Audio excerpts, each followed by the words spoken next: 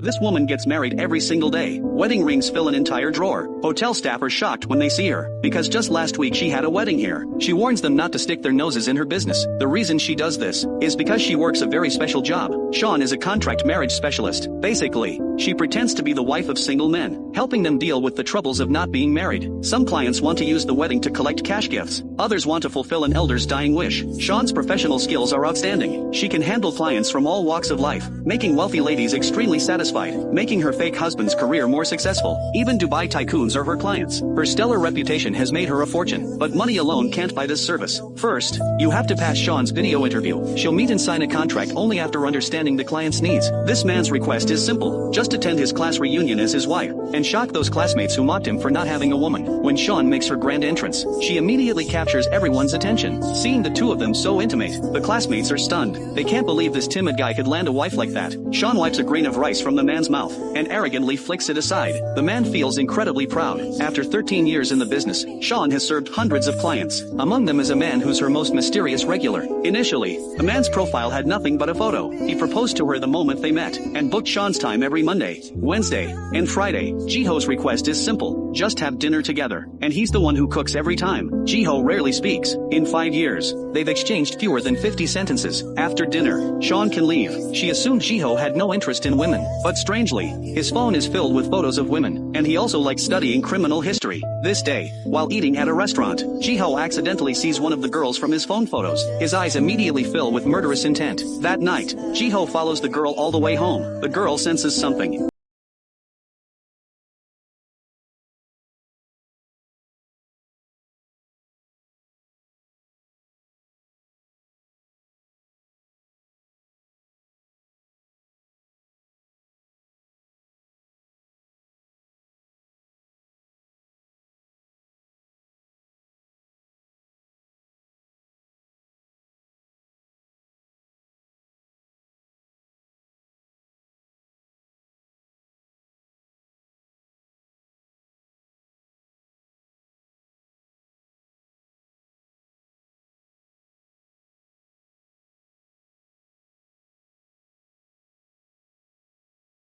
And leaves. Afterward, she doesn't even know why she acted that way. Meanwhile, the news reports a woman stabbed to death. It's the very girl Jiho was following. This rich woman never checks prices when buying handbags. She just points and takes everything. Hearing it's the only limited edition in the country, she doesn't even ask the price, just takes it straight to checkout. Yet this incredibly wealthy woman lives in a windowless basement apartment. The shabby room is packed with luxury goods everywhere. Looking at her billions in savings that she can't even spend, she tosses the bank statement on the floor with disgust. But what nobody expected: she's been 6 months behind on rent. The landlord threatens to call the police if she doesn't pay, but the rich lady doesn't care at all. The landlord realizes he's gotten off track, and immediately demands the rent payment.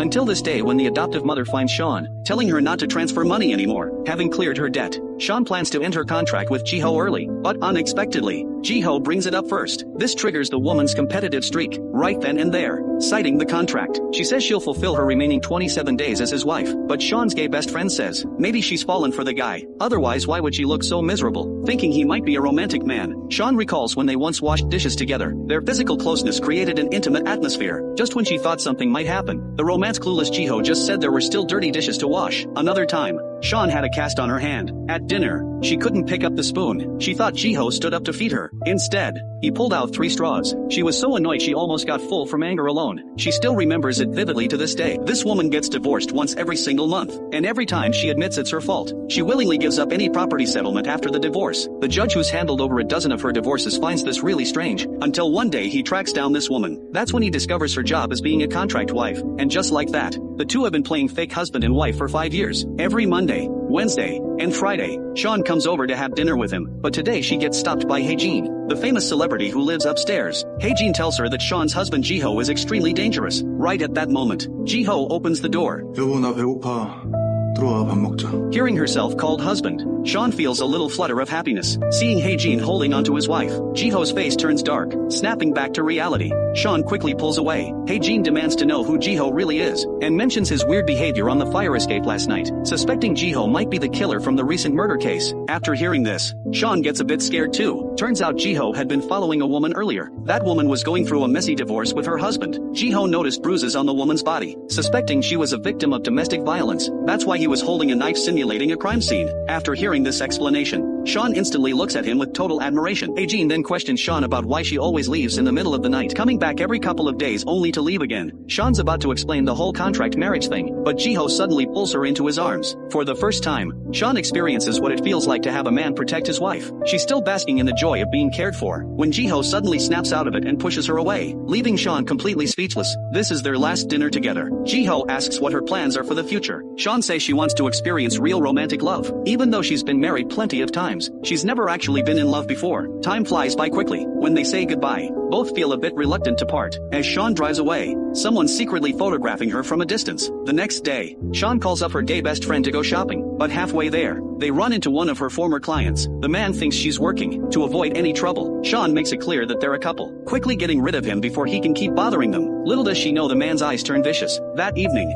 Sean goes downstairs to Jiho's place. Just as she's about to give him the divorce papers, a man wearing a helmet blocks her path. She sees him pull out a machete, threatening Sean to turn around. Terrified, Sean does as she's told. When they reach an alley, Sean can't help but turn around and demand to know who he is, because the man's voice is electronically disguised. She can't tell if it's one of the clients she might have offended. Just as the man swings the blade down, Hae-jin suddenly appears, kicking him away with one swift move. The helmeted man scrambles to his feet and runs off. Hae-jin has no choice but to help Sean back home. Meanwhile, Jiho's downstairs taking out the trash. The security guard tells him his wife was attacked, and that a neighbor from upstairs helped her back to her apartment. Back home, Jiho can't sit still. His mind involuntarily conjures up certain images, so he grabs the divorce papers and rushes upstairs, only to run into Sean at the elevator. This man invites his co-workers over for dinner, but when he opens the door, he's completely stunned by what he sees. Wedding photos of him and Shang-eun are hung all over the house. His boss compliments Jiho on how warm and cozy his home looks. Jiho walks closer and realizes the walls are covered with travel photos of him and Shang-eun. It all started a few days ago, when his boss, trying to help Jiho get along better with his co-workers, bought tickets to a concert out of his own pocket and gave them to him, telling him to invite his colleagues. But at the concert, the boss only saw Jiho there alone, and lost his temper on the spot, demanding to know if he had no interest in socializing with anyone. Luckily, Shang-eun arrived just in time, and got Jiho out of the awkward situation. When the boss found out they were married, he couldn't believe it at all. He never expected this socially awkward man to have such a beautiful wife. To help Jiho make a good impression on his boss, Shang-eun takes the initiative and invites the boss and his wife to dinner. During the conversation, the boss mentions that Jiho doesn't get along with his co-workers. They don't even invite him to team dinners. Shang-eun quickly explains that Jiho has social anxiety and doesn't know how to interact with people. The boss says even so, he should have at least invited them to the wedding. The atmosphere suddenly becomes awkward. Shang-eun thinks fast, grabs Jiho's hand to signal him to play along, and makes up a story about how their relationship faced opposition from their parents. She tells it so movingly that the boss's wife is immediately touched. Jiho stares at Shang-eun in complete shock. After dinner, Shang-eun continues the act, linking arms with Jiho until the boss drives away. Then she lets go and keeps her distance from Jiho as the two walk home. Suddenly a delivery rider loses control and heads straight for Shang-eun. Shang-eun flashes back to that night when she was attacked by someone wearing a helmet. Jiho instinctively steps in front of Shang-eun, trying to protect her from getting hurt. Fortunately, the rider swerves just in time. This gesture really moves Shang-eun. Using the excuse of finding the person in the helmet, Jiho suggests extending their fake marriage agreement. Turns out he discovered through surveillance footage that the person is a stalker, whose actual target is Hae-jin. He attacked Shang-eun probably because he misunderstood their relationship. Sure enough, that night, Hae-jin, who's attending an event, spots the helmet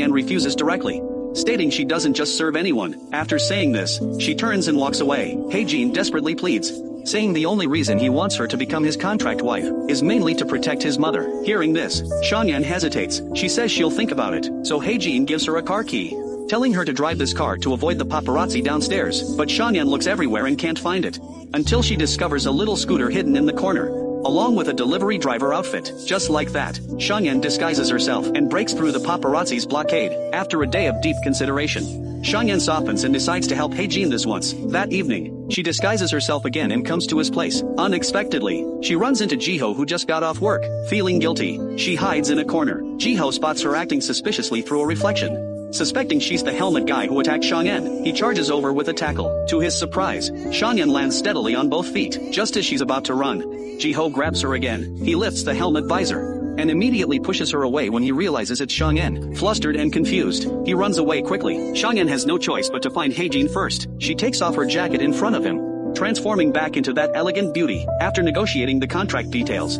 she pulls out a contract for Hae-jin to review. When he sees the price, he's shocked. 설마 나한테 한탕 잡아 지금 재벌 2세라고 막 덤탱이 씌우는 건가? 강혜진 씨는 기업과 광고 계약할 때 한탕 잡려고 일하세요? After hearing her out, Hae-jin figures it makes sense. Just like that, he signs the contract, and so the two begin dating in public, creating news material for the paparazzi. During this time, Jiho keeps thinking about all the moments with Seon-yeon, causing him to be distracted at work. When he consults a therapist, the doctor tells him to be brave and do what he wants to do, so he takes the initiative to find Seon-yeon during her break.